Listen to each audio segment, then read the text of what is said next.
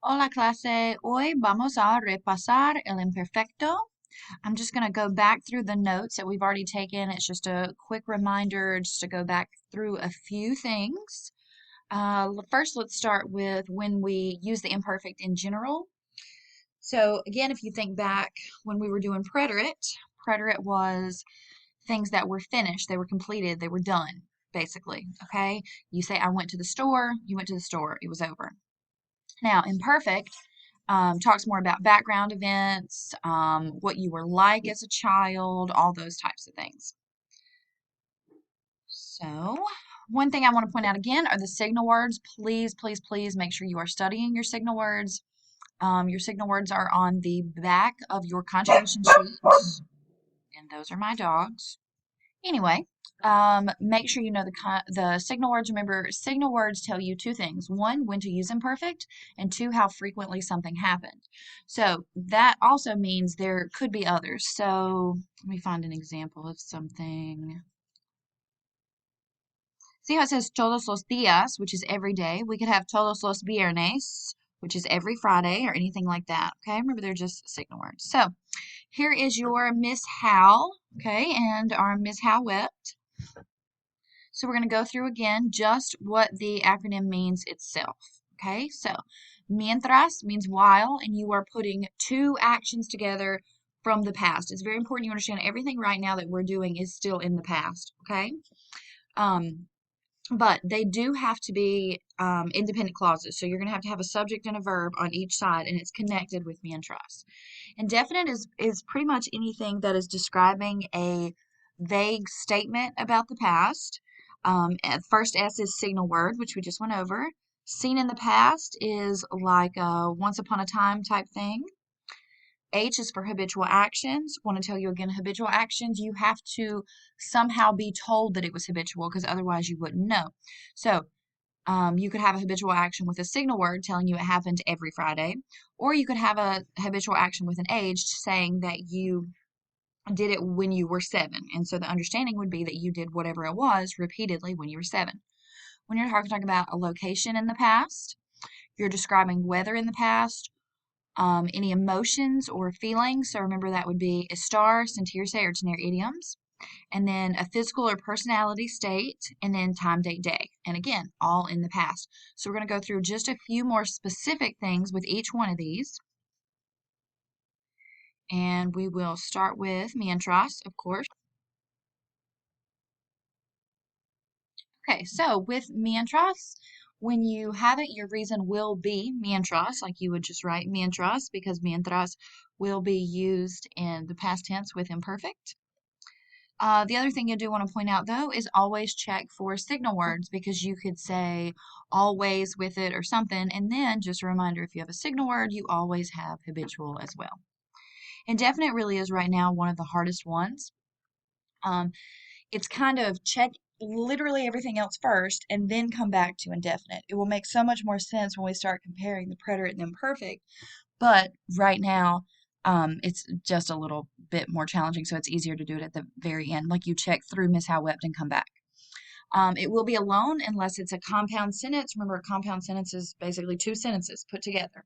Okay, so you want to check that. Again, go to answer if nothing else fits. That's why you check through the rest of Miss How Wept before you choose this one.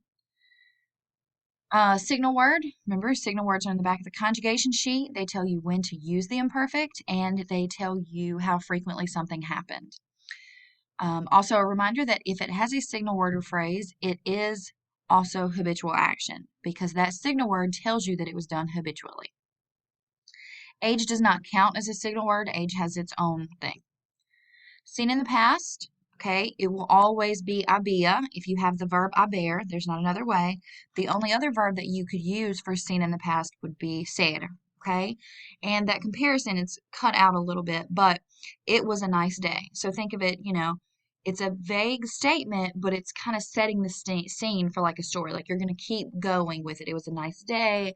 I went to the store, stuff like that. Okay.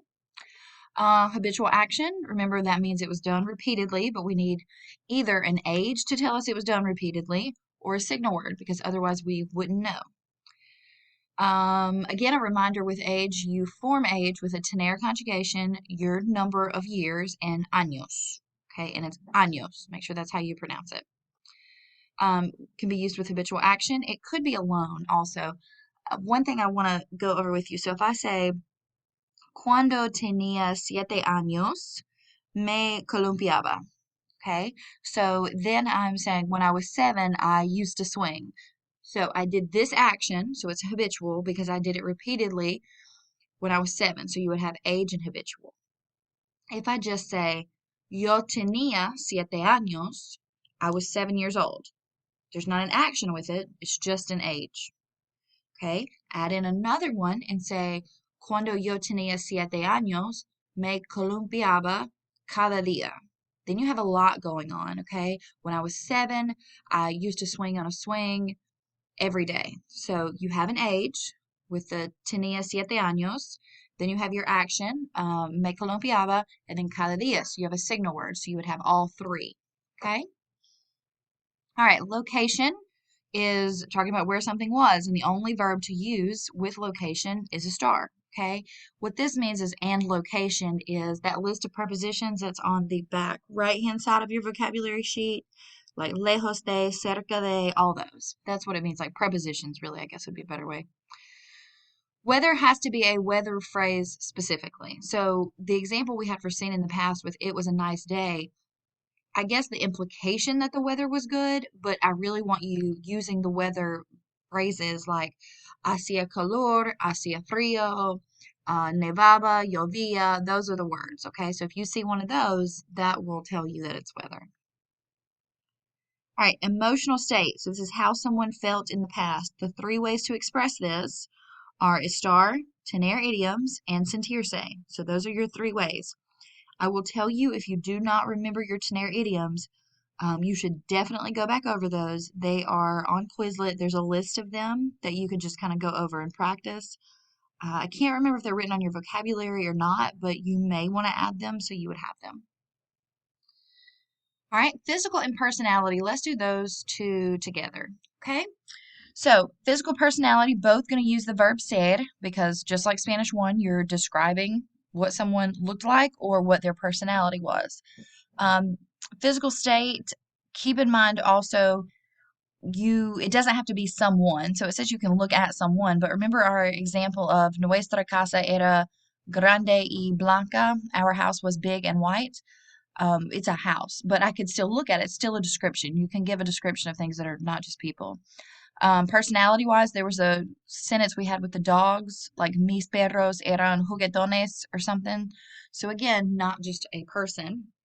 But once you say, okay, it's said and it's either physical or personality, you want to decide, can I look at this thing or this person and tell that it's physical or is it a personality? The vocabulary that is the adjectives that you have for this unit on the back left-hand side of your vocabulary sheet are adjectives for personality, like chismoso, chistoso, all those. Okay, last one, time, date, day. Again, you have to use the verb ser, okay, and it has to be specific. So you have to be using the verb ser in the sentence, like conjugating it in the sentence for it to work, okay? Again, if you don't remember the days of the week, I would say review the days of the week.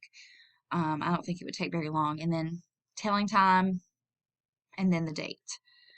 Okay, so remember, the last thing I'll tell you is there are 3 meanings of imperfect. So, yo bailaba, I danced, I used to dance, I was dancing. So they can be translated all 3 ways.